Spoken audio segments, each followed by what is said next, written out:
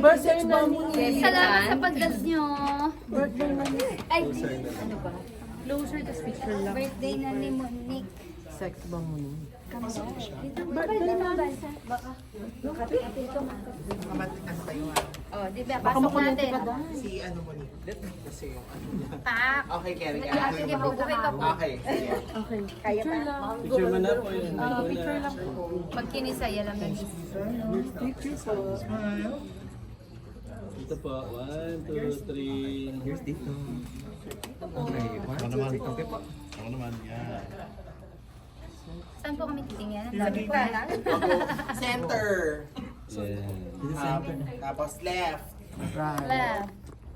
Oh, and then right. Right. Yes. Okay, sorry, medyo quick interview na po kasi meron silang flight. Opo. So, go na, shoot your Sex questions. bomb mo ni, kumusta ang singling experience mo? Ayan, so thankful ako sa Singaling kasi natulungan ko yung mga bata sa Gabay sa Landa. So, isang opportunity ito na maka-help ako sa kanila at saka mag-grow din sa experience ko bilang isang singer. Paano ka napakuha na maging party ka ng Singaling Celebrity Edition line? Yung beneficiary na makakatulong ako, yun yun. Hindi ako sanay kumakontest talaga, pero dahil sa mga bata na matutulungan ko, ayun, nag-go. Laban. Sa tulong ba ng Singaling, naging lumevel up bang yung singing experiences mo? Oo naman, kasi hindi naman talaga ako pala contest eh. Pero ito, napilitan tayong kumontest. Ito naman sasabi mo, supportive yung mga Oo naman, kasama. super thankful po ako sa kagrupo ko po, kay Maring Weng, kay Jovel, and kay Kambal ko na may talagang andyan sila, win or lose, yun nga sabi nga nila para sa kanila, panalo pa rin ako. Kasi nga yung purpose, apakaganda, kaya ayun. Kamusta naman po yung inyong yung performance ni sa inyo? Nag-enjoy po kami sa performance ni Moni. Kahit na hindi man niya nakuha yung trophy, at least nagawa niya yung kanyang dapat gawin and para makatulong din po doon sa beneficiary. How do you feel po sa success ng Sex bomb. Sa concert. Laki ng rounds kayo. Nakaka-anim na. Siyempre po nakakatuwa kasi umpisa pa lang po ng concert namin, hindi po namin na-expect na talagang magiging sold out hanggang round 5. So, thankful po talaga kami sa mga pinalaki ng Sex Bomb. Yes. Ano kayo? Anong feeling niya? Kami po super blessed po and thankful po sa mga pinalaki ng Sex Bomb na nag-aabang pa rin sila hanggang round 6. At that same pa mga OFW na nag-request po na magkaroon kami ng world tour. So ayun na nga po, binigyan po kami nilang opportunity na makapag-world tour. Ayan. Pero- So nakatipid kami sa pagtutour. Yan. Pero postponed yung yung UAE. Sa ngayon po kasi nga po may nangyayari pong kaganapan pero God willing po na matuloy pa rin at mapagbigyan po yung mga OFW po dun sa Dubai and Qatar. Pero bahala na po ang Lord. Sana praying po maging maayos po yung sitwasyon po nila dun. Sa interview ni Rochelle yata, nabanggit niya na parang walang producer na gustong sumugat ng una. Actually po, nung una nahirapan po si Ate Rochelle na maghanap po talaga ng producer. Wala pong nagtiwala kasi nga porentahin ng mga tita nila, gano'n.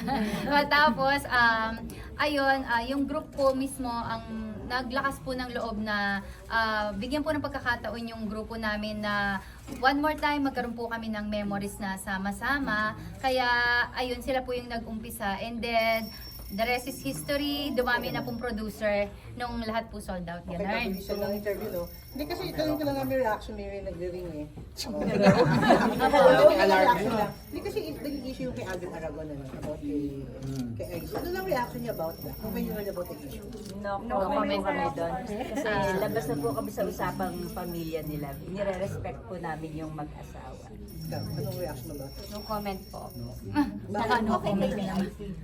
Okay po kami kami Kata IZ.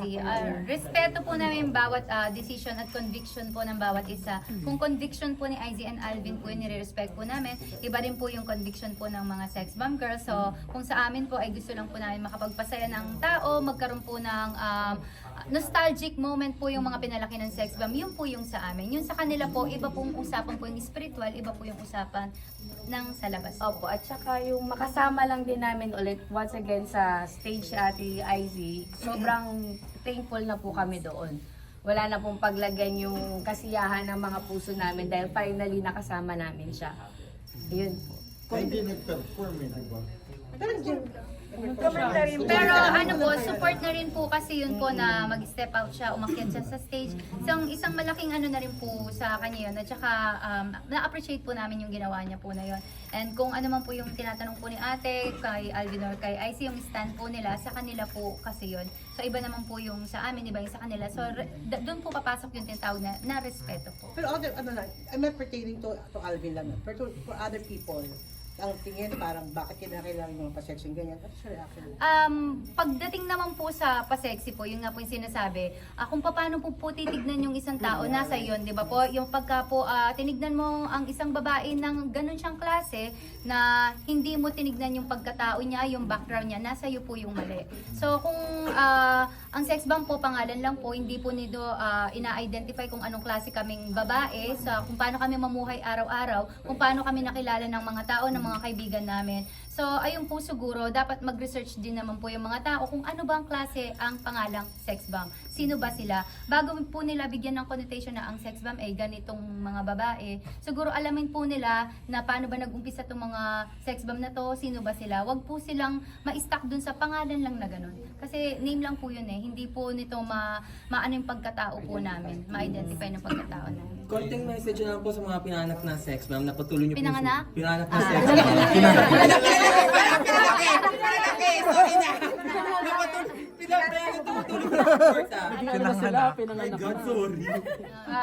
Forever grateful po kami sa inyong lahat dahil kami sa totoo lang hindi kami makapaniwala na marami pa rin nagmamahal sa sex bomb. Ayun, kahit na mga 30 at 40 na. Bumalik po kami sa pusong bata. Yan. Yan. Maraming salamat po syempre sa walang sawang pagsuporta sa amin mula noon hanggang ngayon. Sobrang ipinagpapasalamat po namin ito sa inyong lahat. Ito po, ay, Ano po, maraming salamat po sa mga pinalaki ng sex bomb. Totoo nga yung sinabi nila na kaya tayo ipaglaban, na may mga trabaho na sila. Talagang sila yung nag-push sa amin para gawin itong mga concerts na to. Kaya thank you so much. Kasama kayo sa ano? Yes, po. Yes. So, ilan kayo lahat? Lahat. Sa ngayon po, 22 na po. 22 na po yung mga Kailangan kasama. ito mapopostpone ba because of the Yung sa ngayon po, baka po, may dalawa na po. Pero pero po yung, meron po kaming Hawaii, meron po kaming Australia, meron po kaming California, tuloy po yung mga yun. So yun Dubai lang ang ano? Opo. Tentative po, pero wala pa naman pong announcement. Sabi niya, lasa lang sa akin, ano lang masasabi niya na parang nag-guess sa inyo yung Bini, di ba? Tapos kinukumpara kayo, tapos kayo parang tinalo niyo pa doon. Ano lang yung reaction niyo doon sa Naku, napaka ano po ng mga bata. Kumbaga parang, ako po sa age ko po parang anak na sila yung edad nila. Siguro pa iba yung henerasyon nila sa henerasyon po namin. Kumbaga siguro naman ng bata sila, nag-spaghetti pababa din sila, di ba? Mga pinalaki din ng sex bomb yan. So, iba yung sayawan ngayon, iba yung kantahan ngayon. So, hindi po siya pwedeng ipagkumpara. May kanya-kanya pong galing yung bawat grupo. salamat sa inyo so much. Picture na lang, picture na lang. Yes, go. One, teka na, sorry. 1, 2, 3. Sorry rin po. 1, 2, 3. Salamat na, thank you. Bix yung phone mo, Bix. Ano? Ano ba pa? Picture mo ka sa Picture ba? isa pa ka. Sige po.